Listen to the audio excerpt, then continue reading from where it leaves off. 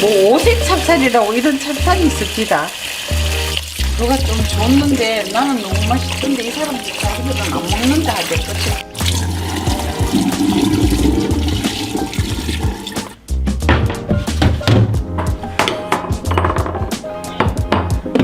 이거 두부 조림할 건데요.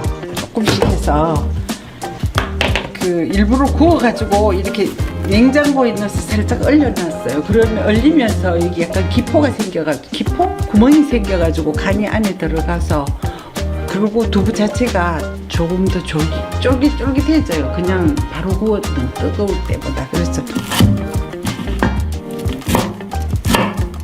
소리 나죠? 어른 소리. 이렇게 해서 안에 구멍이 뽕뽕 났죠? 훨씬 쫄깃쫄깃해요, 두부가. 이렇게 놓고 냉장고에 넣어놓고 한참씩 먹거든요. 또 뭐 싹도 사 먹고 그냥 또 먹고.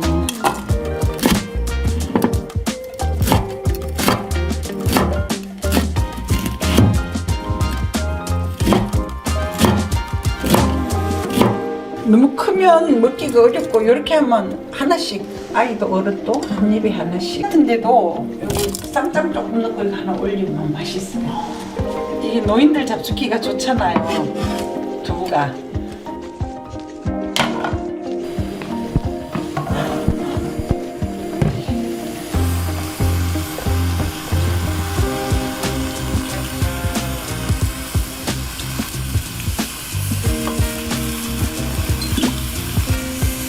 좀 슴슴하게 해서 간장을 약간 넉넉하게 구워도 괜찮아요.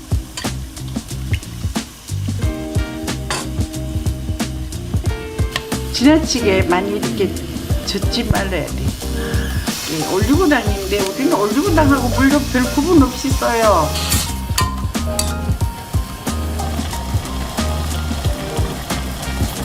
이런 게 쉽고 편하잖아요. 그렇게 말할 수 있는데 맛이 있고 이 후추잎, 고추 좀 넣고 뒤적거렸어.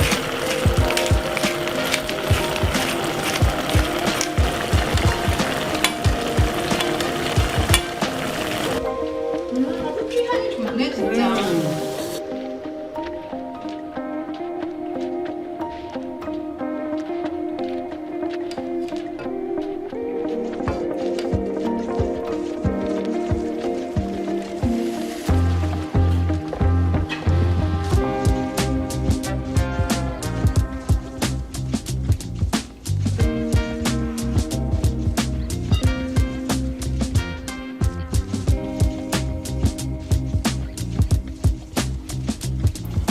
이렇게 먹고 그냥 또 먹고 물 말아서 한번 드셔보세요. 그것도 다른 깔끔함이 있어요.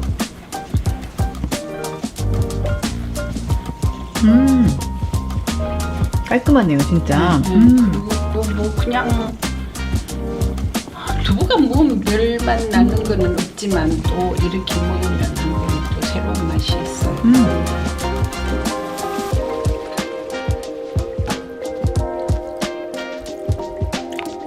아니 언제도 먹고 그냥 먹어도 되고? 네,